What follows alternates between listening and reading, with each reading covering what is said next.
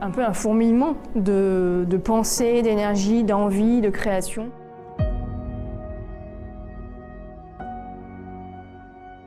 En fait, on partait d'une page blanche, donc tout était à écrire.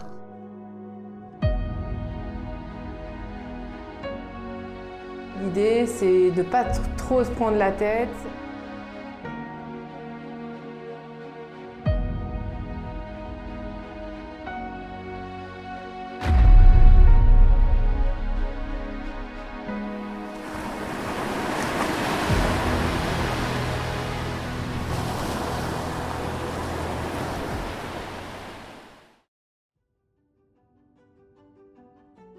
Je suis Clémentine, je suis chargée de projet de médiation hors les murs au FRAC Grand Large.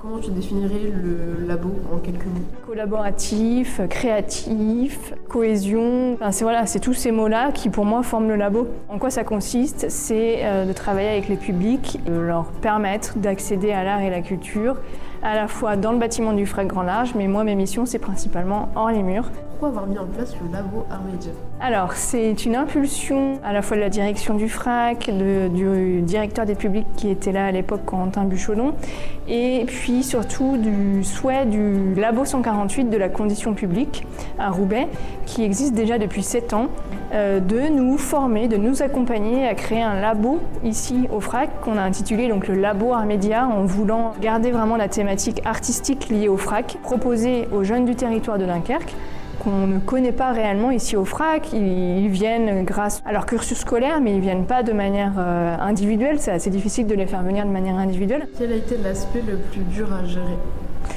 Déjà le lancement en lui-même du Labo Art Média, c'était vraiment quelque chose de nouveau ici au FRAC. Ça a été plus compliqué, mais ça se développe à plusieurs. C'est surtout ça qui est chouette aussi, c'est pas uniquement, ça vient pas du FRAC, mais ça vient de la cohésion du groupe. Comment vois-tu le futur du labo? J'espère encore là de nombreuses années, sûrement voué à évoluer, et toujours avec ce temps long sur l'année, avec des propositions artistiques et journalistiques, et un temps un peu festif sur la fin d'année.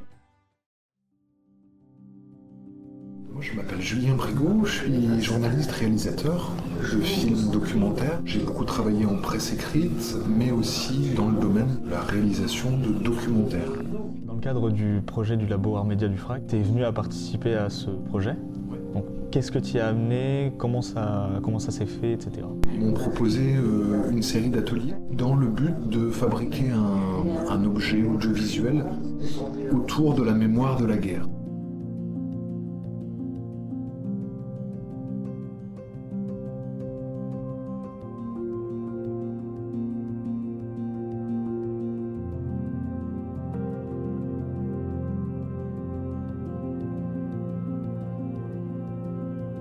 C'était un travail à la fois un peu d'histoire, mais aussi un travail contemporain. On était une petite dizaine à peu près, un peu moins.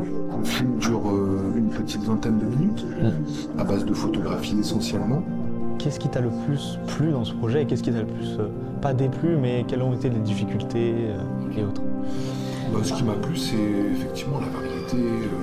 On était obligé d'imaginer de A à Z qu'est-ce qu'on va raconter sur la guerre, sachant que nous ici à Dunkerque, la guerre c'est quelque chose qui est un petit peu permanent. On a ces épaves, là on est en face de la mer, les célébrations de l'opération Dynamo. C'est pas une matière absolument passionnante de travailler sur la guerre, parce qu'en fait on a envie de passer à autre chose aussi. Inconsciemment on est un peu fatigué de ça, mais c'était très intéressant de repartir d'une page blanche pour savoir comment on va raconter ces histoires. Pour moi, la guerre a plusieurs têtes. Ce n'est pas que des armes et du sang, des histoires de territoire ou d'appartenance. C'est aussi un terme actuel et qui sévit depuis des millénaires. La guerre des genres. J'ai la haine, la rage d'une bataille qui n'a, à mon sens, justement aucun sens. Marre de se battre pour des droits qui ne devraient pas avoir à être mérités. Cette guerre, elle s'exerce déjà depuis le berceau. Comme si jouer à la petite voiture en étant une fille allait définir notre vie. Comme si tenir la main de son ami était précurseur d'une quelconque orientation. Parce que soi-disant, le masculin l'emporte sur le féminin, mais sans nous, il ne serait pas là. C'est presque risible d'en conclure qu'être mère nature ne suffit pas à être prise en compte. La guerre des genres, c'est aussi devoir écourter des rêves. Parce qu'il faudrait rêver de paillettes, et encore là, ce serait plutôt de balais et de pain.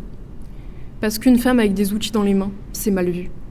Parce qu'une femme au volant, c'est dangereux. Comme si une psyché féminine t'enlevait l'habilité de faire les actions du quotidien. Parce que le confort d'un véhicule n'a été testé qu'avec le corps masculin. Parce que la médecine ne nous concerne visiblement pas. Parce qu'une femme qui respire, c'est trop, donc on finit par étouffer. Alors, je m'appelle Aude Favre, je suis journaliste très engagée dans la lutte contre la désinformation. J'ai cofondé plusieurs associations, dont Fake Off, qui envoie des journalistes un petit peu partout en France et dans les dom-toms pour essayer d'armer au maximum la jeune génération contre les fake news.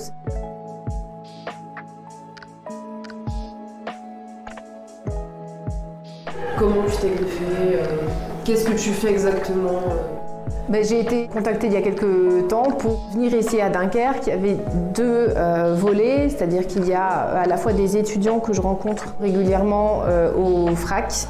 On a travaillé sur différentes thématiques, l'intelligence artificielle, beaucoup à partir de eux, les questionnements qu'ils avaient, qu'ils ont sur un certain nombre de sujets.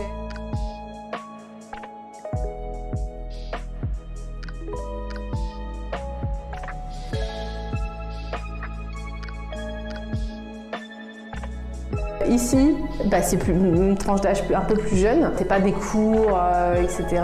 On essaye de les amener à réfléchir à la fois à leur consommation de l'information, aux impacts que ça peut avoir, la désinformation, les rumeurs. Tes ressentis sur cette fin de workshop, comment ça s'est passé Moi, je me suis pas mal attachée, je trouve, aux jeunes. J'ai un ressenti global assez chouette. J'aimerais surtout savoir, eux, j'espère que ça les intéresse et que ça a éveillé quelque chose chez eux. J'ai le sentiment par moment que oui, après, tout ça est une question de long terme.